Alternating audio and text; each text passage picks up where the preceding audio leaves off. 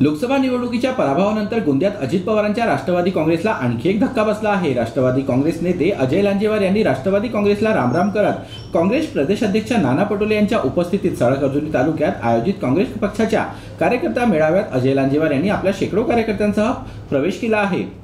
आगामी विधानसभा निवडणुका पाहता अर्जुनी मोरगाव विधानसभा क्षेत्रात काँग्रेस पक्षाच्या वतीने कोण विधानसभा निवडणूक लढणार हे जरी आज निश्चित झाले नसले तरी या मतदारसंघात बऱ्याच लोकांनी पक्षाकडे आपली दावेदारी केली असल्याने ज्या लोकांसोबत जनाधार असेल त्याच व्यक्तीला मी विधानसभा निवडणुकीची तिकीट देणार असल्याचे प्रदेशाध्यक्ष नाना पटोले यांनी कार्यकर्ता मेळाव्यात ठणकावून सांगितले। त्यामुळे नवख्या चेहऱ्याला अर्जुनी मोरगाव विधानसभा क्षेत्रात काँग्रेस पक्षाच्या विधानसभेची तिकीट मिळणार नाही हे जवळपास निश्चित झाले आहे। आता या मोरगाव विधानसभेमध्ये नवरी एकच आहे आणि नवरदेव खूप आहे।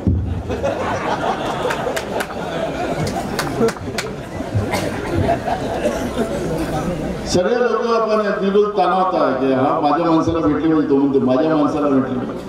मी अजय लांजे साहेब आले माझ्याकडे, आमचे शिवदास शहारे म्हणजे जुने माझे कट्टर कार्यकर्ते मजबूत माणूस आहे। हे सगळे माझ्याकडे जेव्हा आले मी यांना सांगितलं की बाबा मला ही निवडणूक जी आहे ही माझ्या जवळचा माणूस आहे म्हणून त्याला तिकीट दे असं नाही। मी महाराष्ट्र प्रदेश काँग्रेसचा अध्यक्ष झालो त्यावेळेस मी तिथं आमच्या कार्यकारिणीच्या समोर मी सांगितलं की नाना पटोलेचा कार्यकर्ता कोणी होऊ नका, जो काँग्रेस पक्षाचा कार्यकर्ता होईल आणि जो लोकांमध्ये काम करेल त्यालाच मी संधी देणार नाही तर देणार।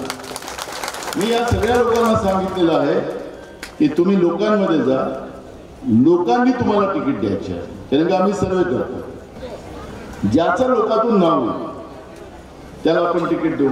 तर येत्या विधानसभा निवडणुकीत महाराष्ट्रात काँग्रेस प्रदेशाध्यक्ष नाना पटोले यांच्या मार्गदर्शनात महाराष्ट्रात सर्वाधिक आमदार काँग्रेस पक्षाचे निवडून येतील आणि नाना पटोले हेच मुख्यमंत्री होतील असा विश्वास अजय लांजेवार यांनी व्यक्त करत काँग्रेस पक्षात प्रवेश करत नाना पटोले जो आदेश देतील ते आम्हाला मान्य असेल असे काँग्रेस नेते अजय लांजेवार यांनी सांगितले।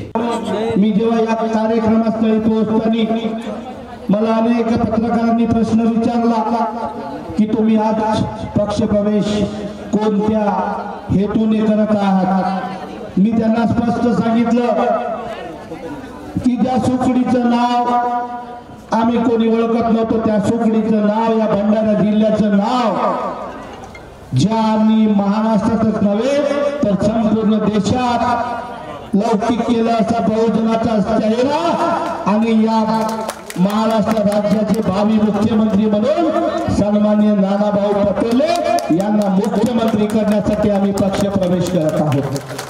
अनेक प्रकारच्या माझ्या बाबतीत खोट्या प्रचार करण्यात आलेला आहे, पण मी स्पष्ट सांगतो की पक्षाच्या आदेशाचं पालन मी करेन।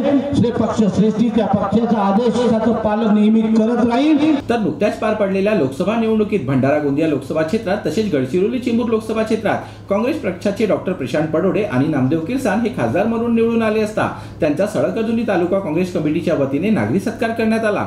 तर काँग्रेस प्रदेशाध्यक्ष नाना पटोले यांनी लोकसभा निवडणुकीत महाराष्ट्रात 14 खासदार निवडून आणत पक्ष मजबूत केल्याने नाना पटोले यांचा देखील सत्कार करण्यात आला। यावेळी नवनियुक्त खासदार डॉक्टर प्रशांत पडोडे यांनी गेल्या 5 वर्षात रखडलेला विकास आम्ही वेगळ्या पद्धतीने इंजेक्शन देऊन भरून काढू असे डॉक्टर प्रशांत पडोडे म्हणाले। सर्वप्रथम आपण सगळ्यांनी जो माझा सत्कार केला तो ऍक्च्युअली मी आपला सगळ्यांचा सत्कार करायला पाहिजे होता। आतापर्यंत मी इंजेक्शन देण्या व्यतिरिक्त काही केलं नाही। आपण सगळ्यांनी जो 15 दिवसामध्ये अहोरात्र जी मेहनत केली आहे, दिवस रात्र जी मेहनत केलेली आहे त्या मेहनतीचं फळ आहे। नाना भाऊच्या आशीर्वादाने मी दिल्लीमध्ये या भारताच्या सर्वोच्च पदावर तुम्ही ठेवलेला आहे, याबद्दल मी आपल्या सगळ्यांचा मनापूर्वक आभार मानतो, अभिनंदन करतो।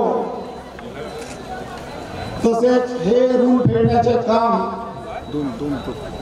आता माझी पाळी आहे। तुम्हाला सत्कार करायचाच असेल तर येणाऱ्या 5 वर्षानंतर करा। पण आपल्या सगळ्यांच्या साथीनं आणि नाना भाऊच्या आशीर्वादानं या सरकारने जो भूलथाप फक्त आपल्या सगळ्यांना भुलवण्याचं काम जे केलेलं आहे त्याला कसा इंजेक्शन देईल हे आपल्याकडून मी शिकून चुकलो.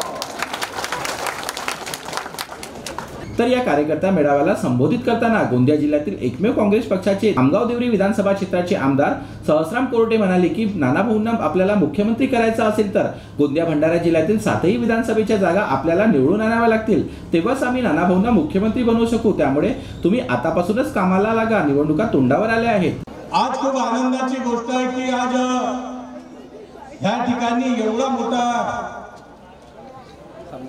कार्यकर्त्यांचा मेळावा ह्या ठिकाणी आयोजित करण्यात आलेला आहे. आदरणीय नानाभाऊ पटोले आपल्याला संपूर्ण देशातली आणि महाराष्ट्रातली सरकार आपल्या गोरगरीब जनतेची कशा प्रकारची पिळवणूक करतो याच्या सविस्तर आपल्याला सांगणार आहे. आपल्याला एकच विनंती करतो की आता येणाऱ्या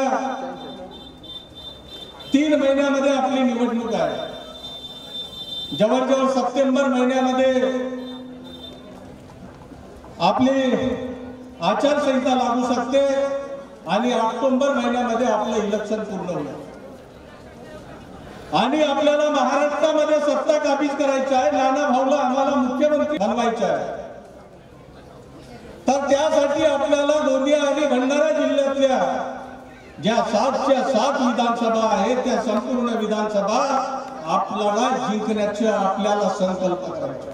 तर या कार्यकर्ता मेळाव्याला संबोधित करताना काँग्रेस प्रदेश अध्यक्ष नाना पटोले म्हणाले की अर्जुनी मोरगाव विधानसभा क्षेत्रात ज्यांना विधानसभेची निवडणूक लढायची असेल त्यांनी आपला अर्ज काँग्रेस कमिटीकडे सादर करावा. आम्ही त्याची चाचपणी करू आणि ज्या उमेदवाराकडे जनाधार असेल त्यालाच आम्ही विधानसभेची तिकीट देऊ. त्यामुळे अजय लांजेवार यांच्या जनाधार पाहता काँग्रेस पक्षाकडून त्यांच्या नावाची लवकरच घोषणा होण्याची शक्यता आहे.